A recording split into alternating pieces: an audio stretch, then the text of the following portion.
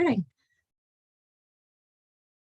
Always fun. Thank you so much, everybody, and welcome to a deeper look into tobacco cessation for health centers via a comprehensive workplace program. We are excited to have you join today. As all of you are very familiar with Zoom at this point in our platforms, we just want to make sure you can feel free to use the chat, get in contact with TAC if you have any technical challenges. And then if you have questions, this is a meeting and not a webinar, so we really feel free to take yourself off mute for questions. We ask that you stay on mute just for sound quality, and we are going to be recording, but use the chat function to ask questions. Take yourself off to actually ask them verbally. That would be great. And if you can, turn on your camera. We would love to see your face and see who's in the room. Okay, so welcome again. My name is Aniela Brown. I'm a TIC clinical coordinator with TAC, and I would like to introduce my co-facilitator, co-presenter, Bryce. Bryce has over 18 years of providing tobacco treatment and policy advocacy, ranging from state universities to community and statewide coalition initiatives to nonprofit community healthcare and behavioral health systems.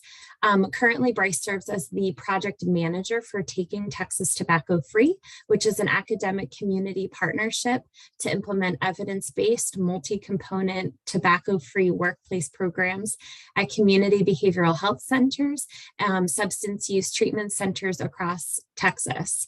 And through his project, Bryce has trained over 7,500 clinical providers and treating nicotine dependence, and provide technical assistance to 35 agencies to implement those tobacco-free comprehensive programs. And we're really excited. Bryce has his master's in counseling psychology, so we're really excited to have him as a great partner, and other staff from TTTF as well.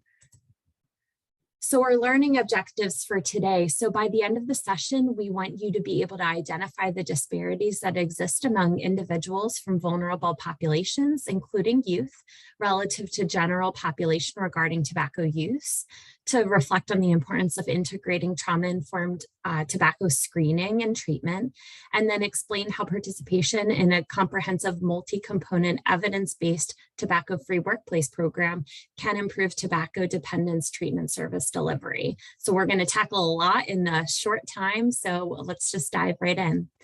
So self-care, so we want to start this, but particularly for our topic for today, at times the material could be difficult to hear, so it might require just bring back memories or for times of our past. So if you keep your video off, grab a drink of water, take a break or a walk, and we'll be here for you. And please reach out for any other questions that you may have, but we just encourage your self-care for the day. All right, Bryce.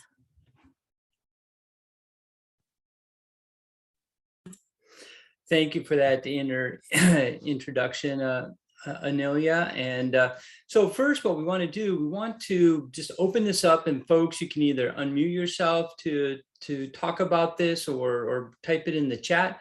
But why do you think people might start smoking in the first place? What are those reasons? What maybe motivates them? What causes them? Just throw out some ideas. Why do you think people start smoking in the first place?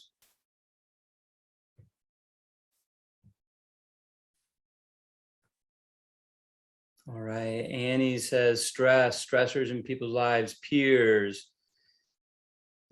Anata, very good. Some family, yes.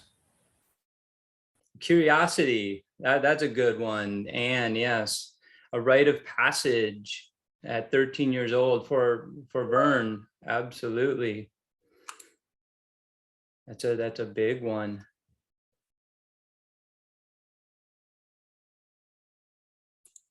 Any other thoughts?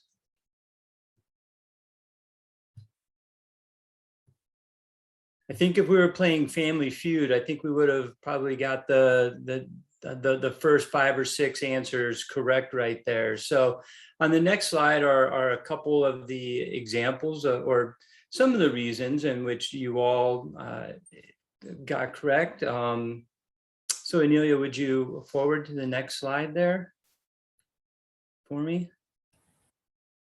There we go. So as many folks said, family and peer influence, statistics show that if the mother or father, other adults within a family are smokers, tobacco users, there's very high likelihood that the children will also use tobacco products. And then peer influence, peer pressure, sometimes it's just feeling like you have to smoke to fit in, or other times it's people really just tempting you to smoke. But then you just see other people smoking and you're kind of influenced by those choices and you do it. As Byrne said, kind of that rite of passage, or that act to try to gain independence or rebellion, even as some folks have said. We know that young people traditionally have been targeted very aggressively and predatory marketing by the tobacco agencies.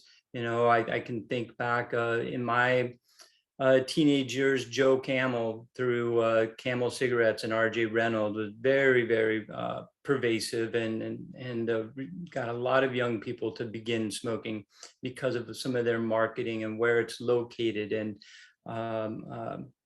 the prices of the products, the flavors of the products, all those things play a role in young people starting to smoke. Engaging in other high-risk behaviors, maybe there's alcohol use, marijuana use, other high-risk behaviors taking place as well. And tobacco and cigarette use really fall into place with those other risk-seeking behaviors. And then one that we usually don't talk about, or is very rarely brought up, is a high rate of ACEs, or adverse childhood experiences and trauma that young people experience. And that's what Anelia is going to talk about in the upcoming slides, of what are some of those experiences that young people are experiencing? How does that influence young people to use tobacco products? Thank you, Bryce. Mm-hmm. So for folks in the audience, so when you hear the word trauma, what do you think? Again, an opportunity to take yourself off mute or use the chat.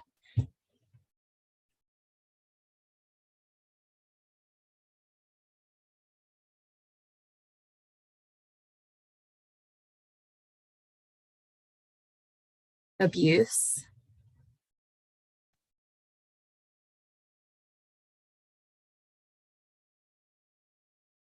Disasters. Mm-hmm. Something bad that happens to you. Absolutely.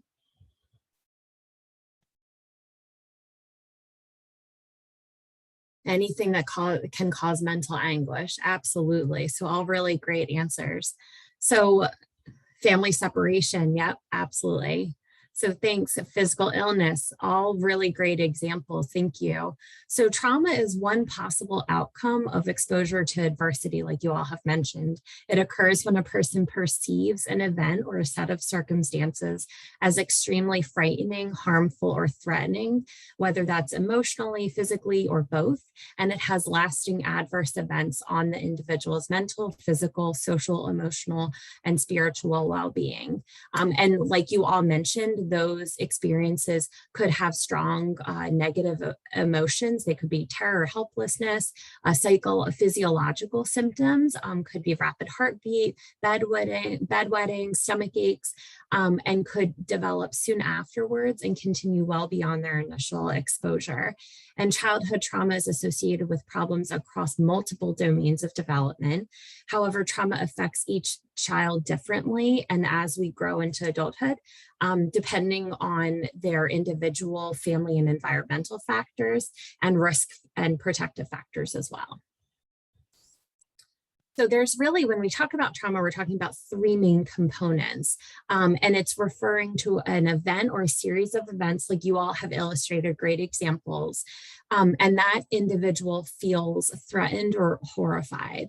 It is important to remember particularly that we have to remain non-judgmental for each of the ways others react to these events, and each person is unique and perceives these experiences differently. So as we look closer at trauma and how these words really play out in how it's felt in individuals. So when we talk about events, we focus on that event or that circumstance that caused the harm to the individual. So this could happen once or repeatedly over time, but it's important to start with the event because it helps us to decouple the trauma from the individual. And so that in that way, when we think about the environment, where the event actually took place, it helps us to move away from viewing the individual as like a defect or just their response to the trauma, but more as a sum of their experiences. And some questions we want to think about are, what was the proximity of the person to the event? Did the event happen to them, to their family, or to their community? The experiences, we want to focus on that because we know that not everyone will experience trauma in the same way, like we just mentioned, and how the individual labels us and assigns meaning to that experience really has a big impact on how they move on later in life. So questions that we may ask is how the individual experienced the event. Did they witness it? Did they hear about it? Or did they experience it themselves? Was the event caused by someone who was supposed to be a protection to them, or was it a stranger? And lastly, the effects. So what are the effects we can see versus what we can't see? So trauma can cause short-term and long-term effects and may not be immediately recognized. And the identification of a broad range of potential effects reminds us that our response as health center staff really must be holistic and can't just focus on individual symptoms or behaviors. So looking at people as whole people. Many people may have experienced horrendous events without seeming to have any lasting effects, while others may be affected in their coping responses, their ability to engage in healthy relationships, or even their mastery of developmental skills. And our goal is to support and help restore them, the individual, through a journey of healing. The effects can also be depression, increased anxiety, aggression, compulsive behavior. So there can just be a lot of things that impact the person's day-to-day functioning. So there's a couple other few things. So the trauma can also be caused by events that the individual doesn't remember, such as events that occurred in early childhood or even prenatally, we've been finding. Trauma can be caused by experiences that are well-intentioned and even necessary, such as medical procedures. Oh, I just fast forwarded. Sorry about that, everybody. And trauma can also be caused by events that did not happen directly to the person, but to a group that he or she identifies closely with, such as slavery or the Holocaust or genocide or Native American people in those situations. And we also know, lastly, with the field of epigenetics, that over time, chronic family and communal stressors can accumulate and actually change our body in similar ways that those direct experiences of trauma. So the adverse childhood experiences study, we want to take a little bit of time on this. So while we work with individuals at health centers that have had experiences with trauma, and we've seen this for a long time, the kind of the origins of the work that we're talking about today really began in the 1990s in San Diego, California at Kaiser Permanente. And there was a physician, Dr. Vince Folletti, who was approached to start a weight loss clinic, and he was agreed, had instant success. Patients were losing large amounts of weight, 100, 200, 300 pounds. But then eventually he started to see those patients who were some of them the most successful, started to gain that weight back. And after, inquiry and being humble and asking those questions, he started to realize that the majority of the patients who had dropped out and had started gaining the weight actually had, through detailed life interviews, had large amounts of childhood abuse and trauma that they had experienced earlier on. And for the overwhelming majority of the patients in their study, the obesity was not their problem, but it was the protective solution, and food was a coping mechanism for them. And it wasn't really something that had been acknowledged to others. And sometimes for the first time, it was the patient was acknowledging and endorsing that, that adversity that happened earlier in their life.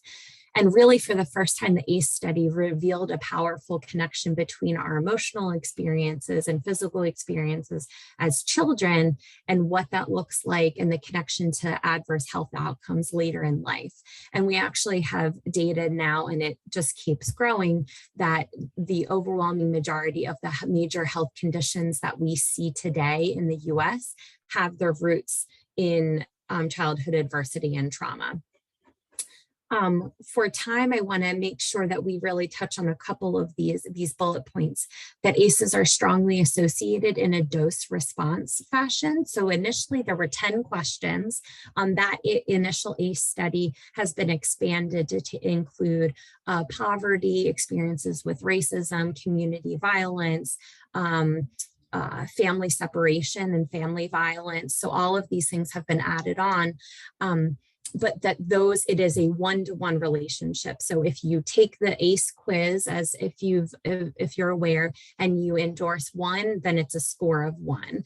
But it is a dose response. So the higher your ACE score, unfortunately, the higher likelihood that you may have these adverse long-term outcomes later in life.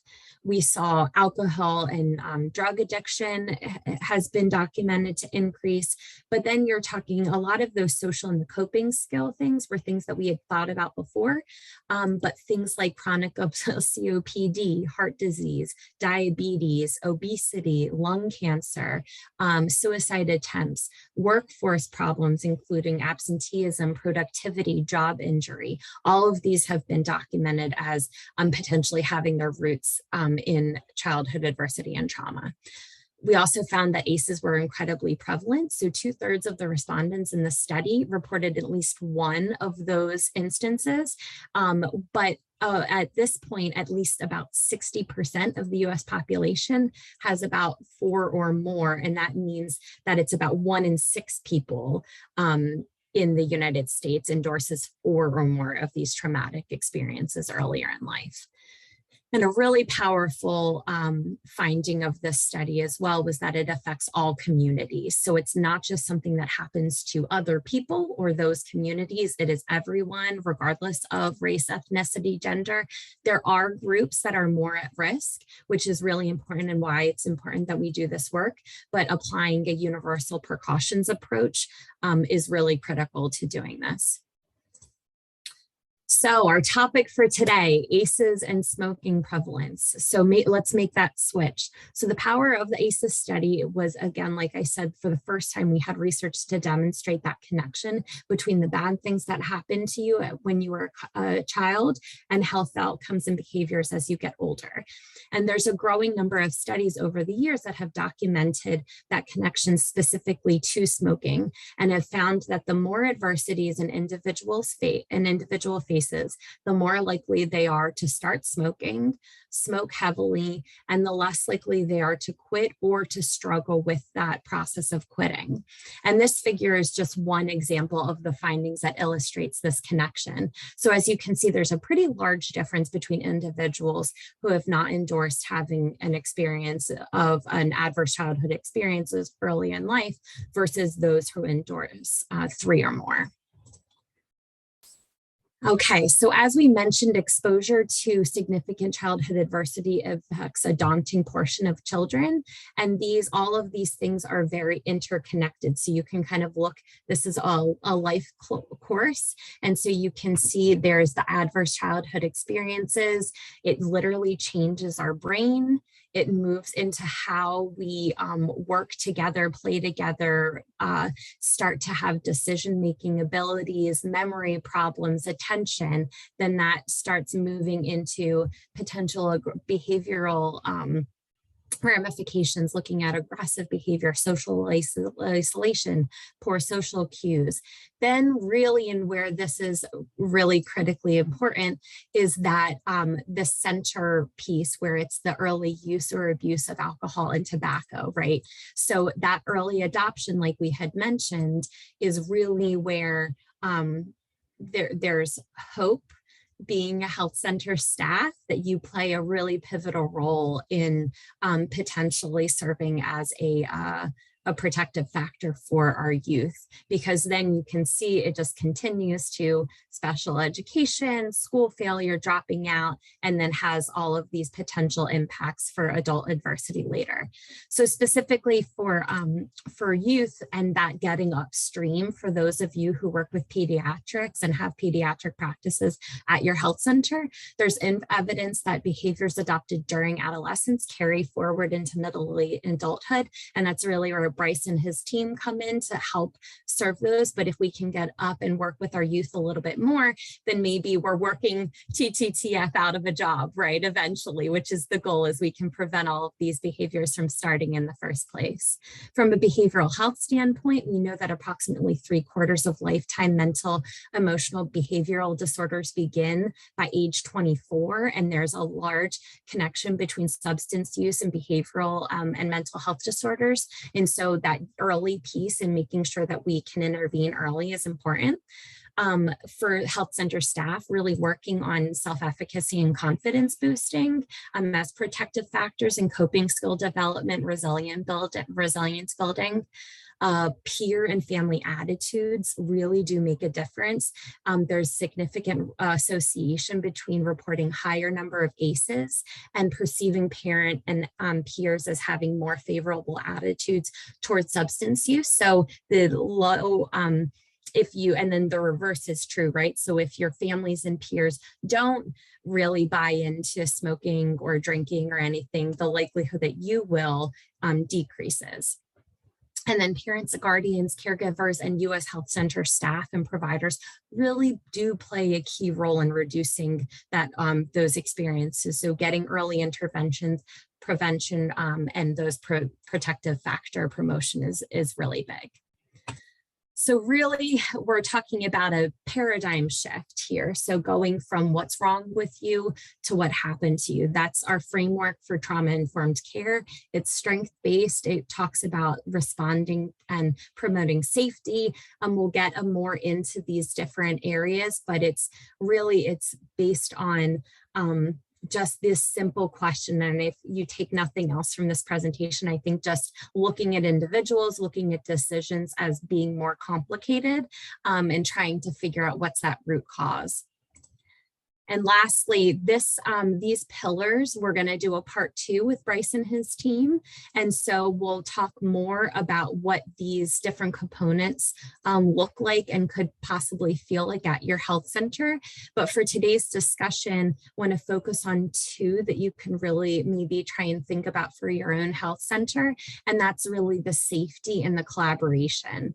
And so you may want to think about the physical space at your health center, and if it is supportive of tobacco cessation, and also the way in which you actually work together with your patient in their journey, and really emphasizing the doing with versus the doing for concept. All right, Bryce, I think we're on time. I'm going to turn it over to you.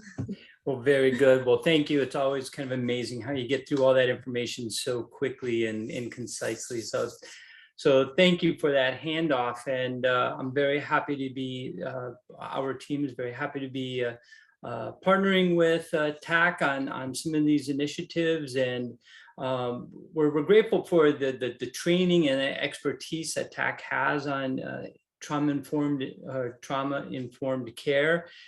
This is something that we know about, but we're certainly not the experts on it. And we've been building it in, and we've had questions about it through some of our trainings with other centers.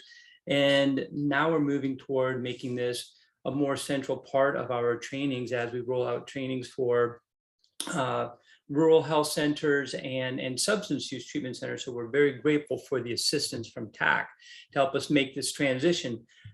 So with the next slide, Amelia, is our, I believe it's our mission statement. And so basically the mission for Taking Texas Tobacco Free is to promote wellness among Texans by partnering with healthcare organizations to build capacity, excuse me, for system-wide sustainable initiatives that will reduce tobacco use and secondhand smoke exposure amongst employees, consumers, and visitors. And really, that's what we do. We provide the technical assistance to organizations to make these changes. And it is a comprehensive program that we encourage centers to implement. It's not a one shot. We come in and do a training and then folks go do the work. There's a lot of system-wide changes that take place. We know that when we work with centers and make those system-wide changes and those internal processes changes, it sticks a little bit better, and folks are able to do the work much easier rather than doing a training and hoping that they remember to do a tobacco use assessment. If it's built into the process, much easier and quicker and effective for them to do that. And the sustainability of the initiatives where we want the centers to continue to provide education and training to their staff, developing processes for quality improvement and quality assurances internally. I'm finding better ways to provide groups or interventions to their clients, and then ultimately providing the treatment services long-term after the grant has ended. And so, like Anelia said, that we are an academic community collaboration between the University of Houston, and we have our project director, Dr. Lorraine Reitzel on the webinar today. We have Dr. Ann Chan and Dr. Maggie Britton from the University of Houston on as well. And then between the organization that I work at, Integral Care, which we're based in Austin, and we're a community behavioral health center that serves Austin and Travis County. My direct supervisor, Teresa Williams, is also joining us today. And our project, Taking Texas Tobacco Free, we've received grant funding from the Cancer Prevention and Research Institute of Texas. And we'll talk about some of our grants in the upcoming slides here that we've received from CPRIT and the population that we've worked with. So Taking Texas Tobacco Free began back in 2013, and through our initial grant, we worked with 18 local mental health authorities across the state of Texas. Each of these organizations became 100% tobacco free and developed systems to screen and assess people for tobacco use, and then provide them resources to help them quit if they had the desire to do so. That was our first grant. Second grant that we received, we brought on 3 additional centers as part of a dissemination grant. And those centers also became 100% tobacco free and established processes to provide tobacco treatment services to the people that they serve. So as you can see from the map, we've reached a very, very large number of Texans. One thing that was really unique about this project, none of these centers, or very few of these centers, were consistently asking people about tobacco use. So we went from essentially a baseline of nobody asking about tobacco use to impacting pretty close to about 600,000 people each and every year of having conversations about tobacco use. So really put tobacco on the front burner for a lot of these centers. So the next slide will show our most recent grant project that just came to an end a couple months ago. And in this grant, we worked with 19 substance use treatment centers across the state and 10 community agencies. All of the substance use treatment centers became 100% tobacco free and began providing tobacco treatment services to people that they serve. The community agencies that we partnered with, we didn't necessarily require that they become tobacco free. They may have been providing some community outreach and education. They may have been providing just treatment services, having conversations with folks. Some folks were serving the homeless population, were doing some outreach. with people experiencing homelessness. So it was a pretty wide range and mix of centers that we were partnering with there. And we didn't require them to become tobacco free, but we provided training for their staff. We provided a lot of resources and education to them to initiate and start some of those conversations. And this slide shows our overall impact from our 3 grants that we've had. So we've trained over 13,000 professionals through our project. We've had 300 participating agencies or individual clinics participate. And we've conducted an awful lot of trainings, about 270 trainings. With this one, it'll be 270. So we're really happy to be reaching a lot of folks in Texas through our project. So some of the program components of taking Texas tobacco free, and we really look at this as a way of addressing tobacco use on a very systematic, comprehensive manner. So first and foremost, the development of a tobacco-free campus policy and then implementing that over a course of several months. And what we really want to do with that, we know that when facilities become tobacco-free, one, we're clearing the air so people aren't breathing toxic secondhand smoke, making it a healthier place for people to come receive services and a healthier place for people to come work.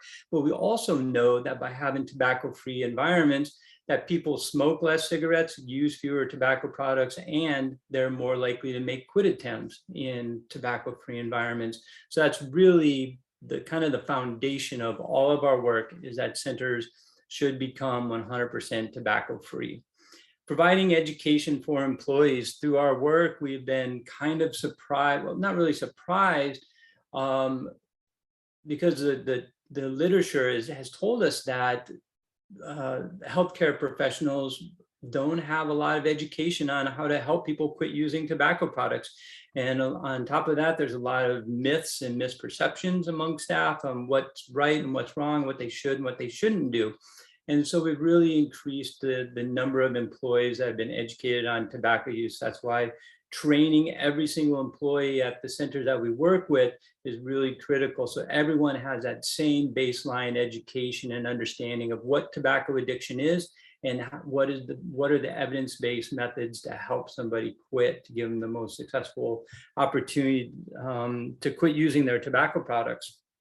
And then the third component is providing evidence-based tobacco cessation training and services. So everything we talk with centers about is grounded in evidence-based practices. And we also provide nicotine replacement therapy, gum, lozenges, and patches to the centers so they can provide the nicotine replacement medication right then, right there, in the office. Someone doesn't have to go home and call a quit line. They don't have to go to a group that's taking place next week. Off campus or in a community center, something like that, they can provide that service right there immediately in their center. And we really want to, and what we found is that we can't provide enough nicotine replacement therapy because our budget isn't that big, but people want to quit using tobacco products. It's very, very prevalent, that attitude that folks want to quit using tobacco products. And centers are often surprised at how many people want to quit. What we find is that when they ask them if they want to quit, people say yes, and they just haven't been asking them. And if they say, and when they provide the services, people are very, very grateful and appreciative to have those resources made available to them. And then there's a fourth component of community outreach and engagement, where the centers, we know that our centers and organizations, we don't live and exist in a vacuum. Many times our clients are receiving services at other organizations. And so, for example, an FQHC probably has a partnership, or their patients are also receiving services at a local mental health authority, or maybe they're receiving services through the VA or through a local substance use treatment center, whatever that might be. It's important that we work with our partnering agencies and provide them with some resources, and that we take on that leadership role of addressing tobacco use in our community and help guide and lead our partner organizations. So with that, those are the 4 components. And as I was talking about some of that education, these are some of the myths and beliefs that we've heard about people quitting smoking or having a desire or not having a desire to quit smoking. And this was something that a lot of folks we hear this very, very often, that people who are coming in for treatment, if that being mental health treatment, substance use treatment, or maybe while I was working at an FQHC, I heard this many times from our doctors. People, they don't want to quit smoking, so why should I waste my time asking them about it? And even though we might ask them once, and they say no, that doesn't mean we just give up and we stop asking them about their tobacco use. We know that approximately 50 to 70% of people have a desire to quit or have tried to quit in the past year. So it's really important that we continue to ask that question, because people do have that motivation. Through our substance use treatment centers, this was a very pervasive belief, is that if people quit smoking, it's going to jeopardize their treatment or their recovery, and that they're going to relapse. And actually, there's a lot of research out there completely contradict this belief, in that quitting smoking actually improves substance use treatment outcomes, and for mental health symptoms, it decreases stress, anxiety, and depression over time. So quitting smoking really, really helps folks out for both of those situations. That people are going to choose not to come to treatment, or they're not going to come in for their care if they can't smoke on the campus. And we haven't seen that with any of the centers that we've worked with. Of the 30 different local mental health authorities or substance use treatment centers, not a single one has had a decrease in census. So it hasn't impacted people coming in for services. And there's an awful lot of research that supports that as well. And the belief that people with behavioral health conditions can't quit smoking, that they're incapable of quitting. And maybe even some of our patients or clients believe this because they've tried to quit on their own 5, 6, 7, maybe 10 times. But we know that everybody at any age or at any stage can quit smoking or using tobacco. A lot of times they're trying to quit on their own devices. Maybe they're switching brands, maybe they're switching products, going from cigarettes to spit tobacco, from spit tobacco to a vape pen, back to cigarettes, maybe stop smoking Marlboros and they start smoking Camels, things like that.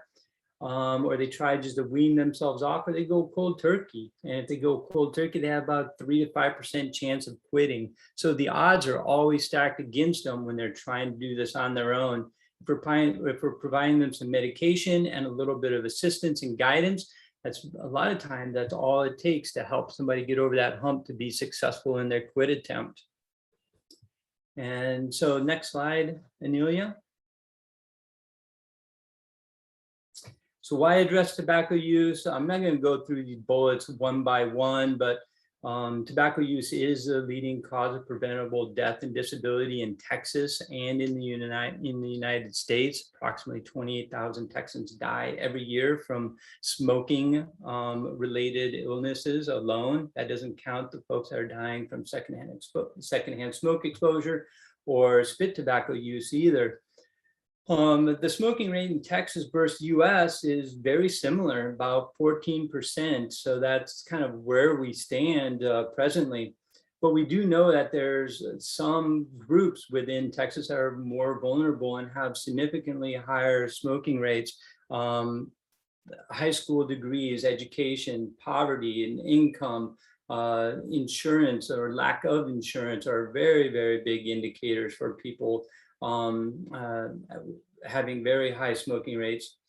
As I mentioned a little bit earlier, people with behavioral health diagnosis or a substance use disorder, extremely high smoking rates. For substance use disorders, it's up in the 70 to 80. And when we're working with some of our opioid treatment centers, they were reporting 92 to 95% of their clients were smoking cigarettes.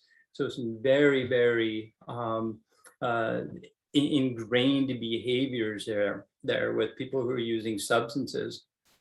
and then Black and Indigenous people of color and other racial and ethnic minorities. Although the smoking rates for some of those groups may be very similar to the general population, the outcomes and the impacts of their tobacco use is where the disparity lies. When we look at African American men, very high rates of lung cancer and disproportionate early death for African American men.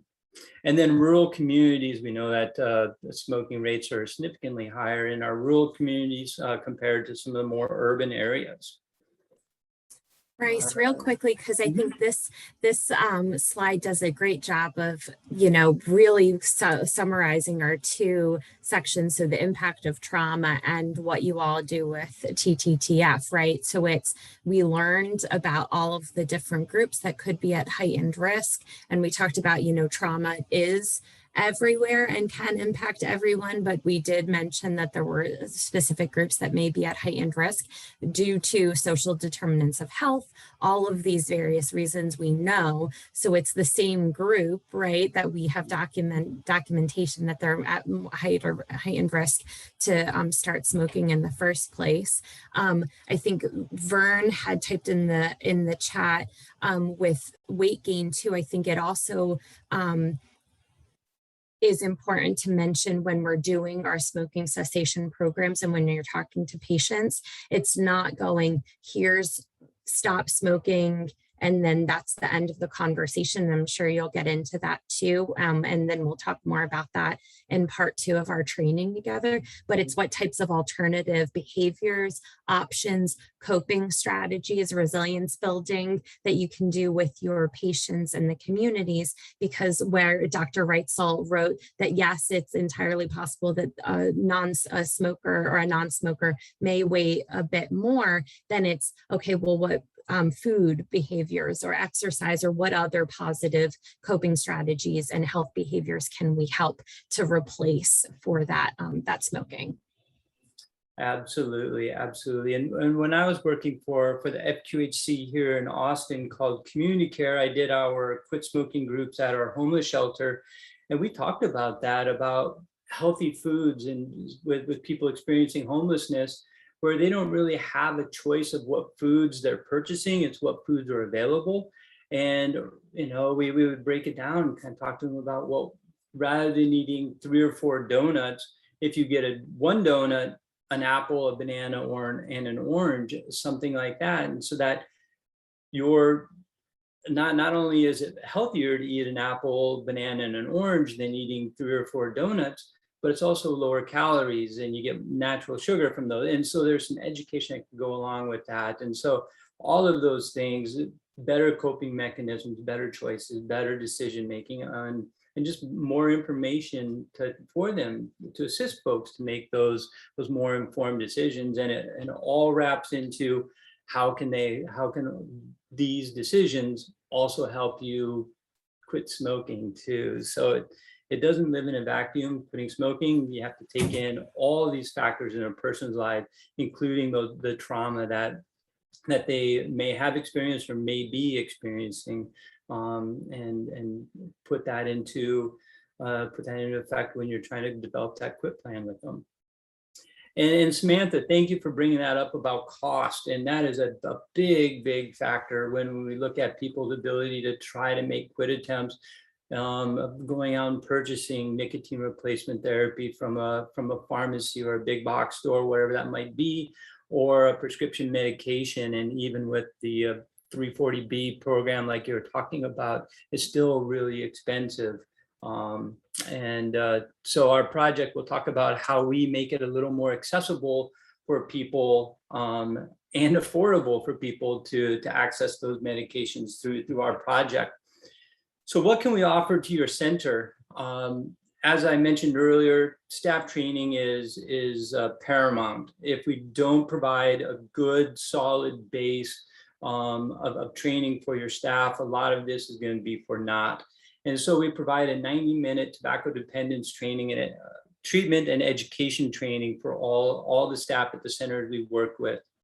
We try to get close to 100% of staff trained so that everybody has that same base knowledge and understanding of what tobacco addiction is and how to help somebody quit smoking. So it might not be that the person at the front desk is helping someone quit smoking, but maybe that person at the front desk has to go outside and tell someone that their appointment is ready, and because they're outside smoking a cigarette, and maybe they could say, you could talk to your provider about quitting smoking if you have a desire, and being that first point of contact, and being able to have that conversation in a really respectful manner. Certified tobacco treatment specialist training at MD Anderson, which is a virtual training. And so we want each center to have at least one tobacco trained expert for sustainability and program development and program improvement. And they have a wonderful certified tobacco treatment specialist training at MD Anderson. So we would pay for the registration for that and get folks registered for that. We also incorporate a train-the-trainer program to develop a long-term sustainable training program within the centers. We've found that training kind of has fallen off on some of our centers that we worked with previously.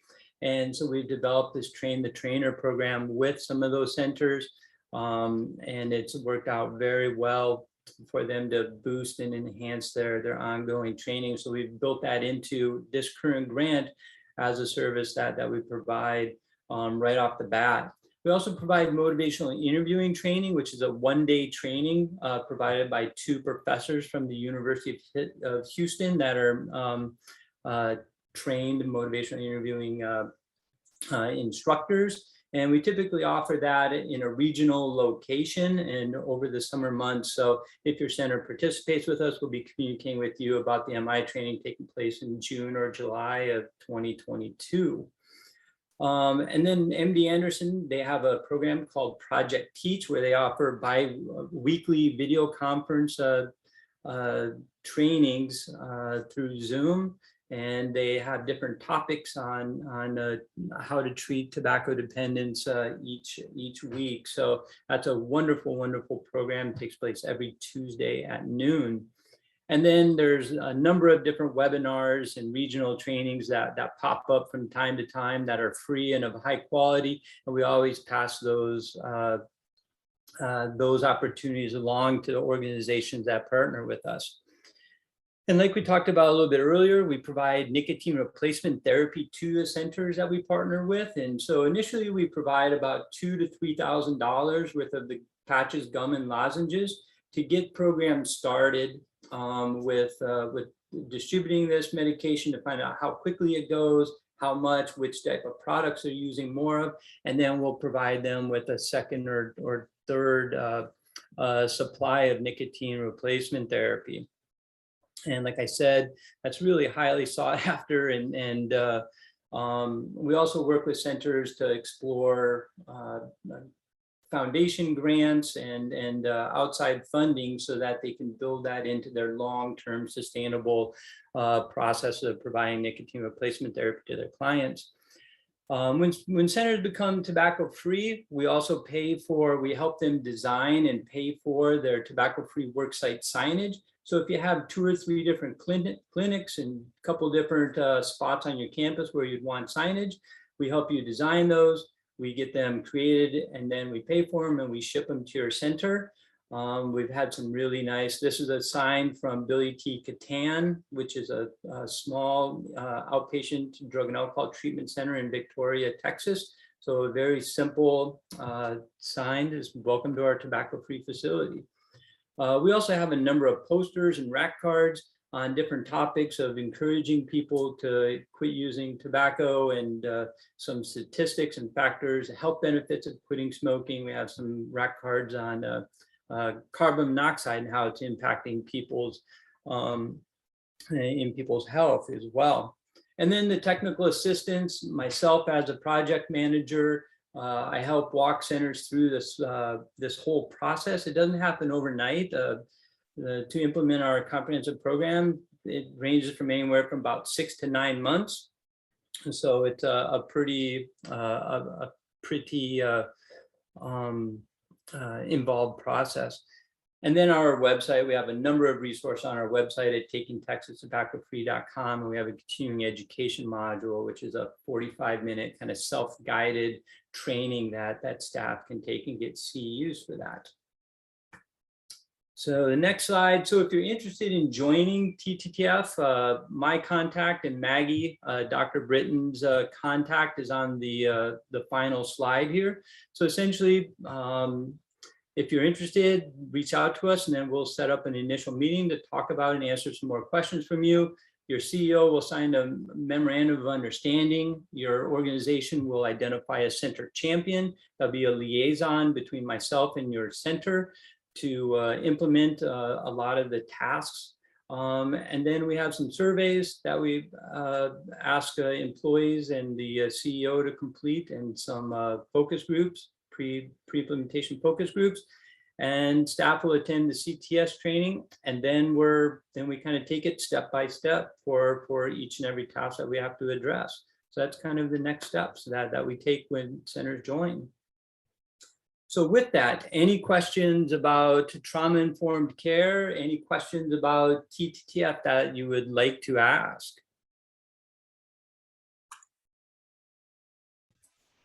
You can feel free to chat them, take yourself off mute.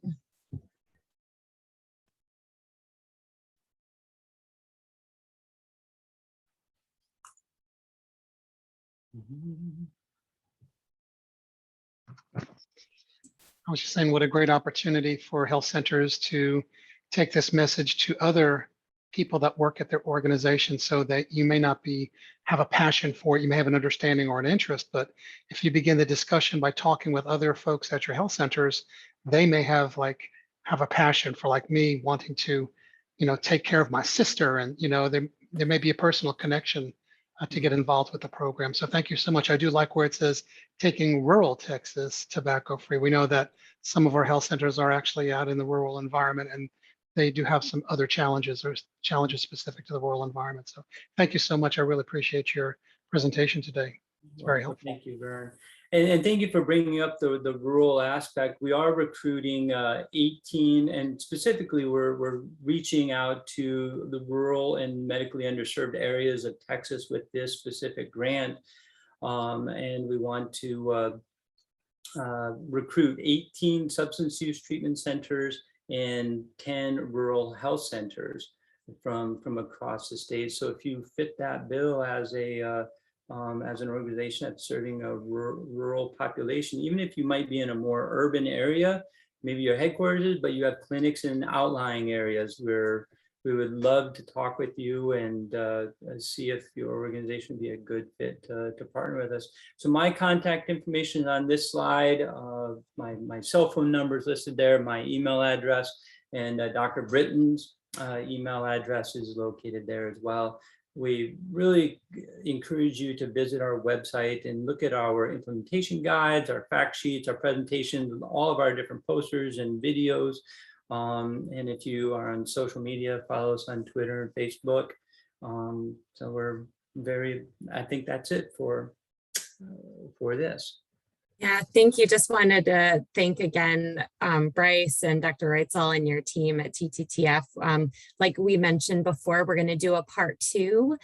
So stay tuned for that. We're going to talk really about how you actually take those trauma-informed care pillars that we had talked about and really infuse them into your tobacco cessation. And it's broadly applicable to other substance use disorders too. So just stay tuned. And if you don't mind, if you have any questions about specifically our TAC-TIC program, Amy, Rachel, who's on the line, and myself, our email addresses are here. So we're going to pay attention. We're going to be launching our next cohort coming up in the spring. So be on the lookout if your health center is interested in starting that transformation process to become trauma-informed. And I am going to launch just a brief session evaluation poll. And so if you could please participate, we would love to get feedback. It's only 5 questions. You won't get a survey link to afterwards. So just to give us a little bit of feedback about the session today, so we know how to grow and your interest and how you'll take this back. So we'll stay on the line. Thank you so much. You even get 4 minutes back. This is so exciting. That never happens. So please stay on and ask us questions. Feel free to chat them, and we look forward to seeing you next time. Anelia, real quick, will Yeah. the slides be made available to folks who attended this session? Absolutely. And we'll actually send the slides, and we can send the slides and the recording to our various listservs. So folks, since it was a small attendance today, so folks that weren't on can still get that information and learn how they can get connected to your team. Thank you. Mm-hmm.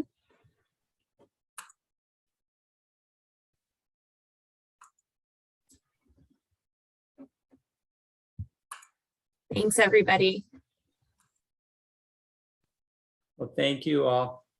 Have a wonderful day.